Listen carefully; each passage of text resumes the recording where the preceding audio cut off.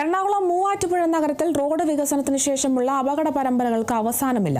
കഴിഞ്ഞ 5 മാസത്തിനിടെ 5ഓളം അപകടങ്ങളാണ് post office junction മുതൽ കച്ചേരിത്താഴം വരെയുള്ള ഭാഗത്തുണ്ടായത്.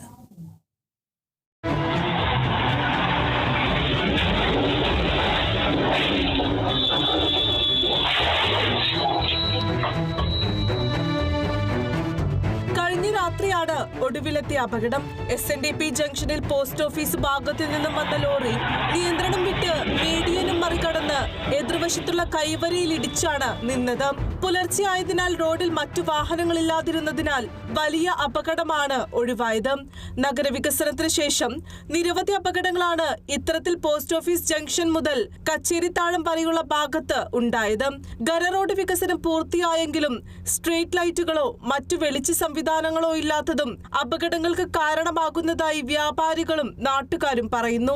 നാറ്റ്പാക് ഉൾപ്പെടെയുള്ള സംഘങ്ങൾ നഗരത്തിൽ പരിശോധനകൾ പൂർത്തിയാക്കി മടങ്ങിയെങ്കിലും അവരുടെ റിപ്പോർട്ടോ മറ്റു നടപടിക്രമങ്ങളോ ഇതുവരെ പൂർത്തിയായിട്ടില്ല.